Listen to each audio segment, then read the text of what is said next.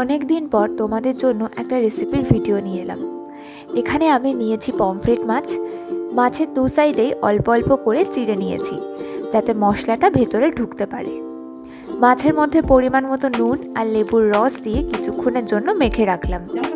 এবার হলুদ গুঁড়ো, লঙ্কা গুঁড়ো, আদা রসুন বাটা, ধনেপাতা কুচি আর সামান্য একটু সাদা তেল দিয়ে মশলাটা রেডি করে মাছগুলো ভালো করে ম্যারিনেট করে নিলাম। এর ওপর থেকে সামান্য পরিমাণে কর্নফ্লাওয়ার দিয়ে মাছগুলো মেখে রাখলাম। এবার ফ্রাইং প্যানে সাদা তেল গরম করতে দিয়ে অন্যদিকে আমি মাছগুলো ভালো করে সুজির মধ্যে কোট করে নিলাম। ব্যাস, এবার মাছগুলোকে লাল লাল করে ভেজে নিলেই রেডি পমফ্রেট ফ্রাই। এই শীতের সন্ধ্যায় পমফ্রেট ফ্রাই হলে ব্যাপারটা কিন্তু বেশ জমে যায়। কি বলো তোমরা? ভিডিওটা ভালো লেগে থাকলে লাইক, কমেন্ট, শেয়ার করতে কিন্তু ভুলো না। আর আমার চ্যানেলে যদি তুমি নতুন হয়ে থাকো তাহলে সাবস্ক্রাইব করে পাশে থেকো। টাটা।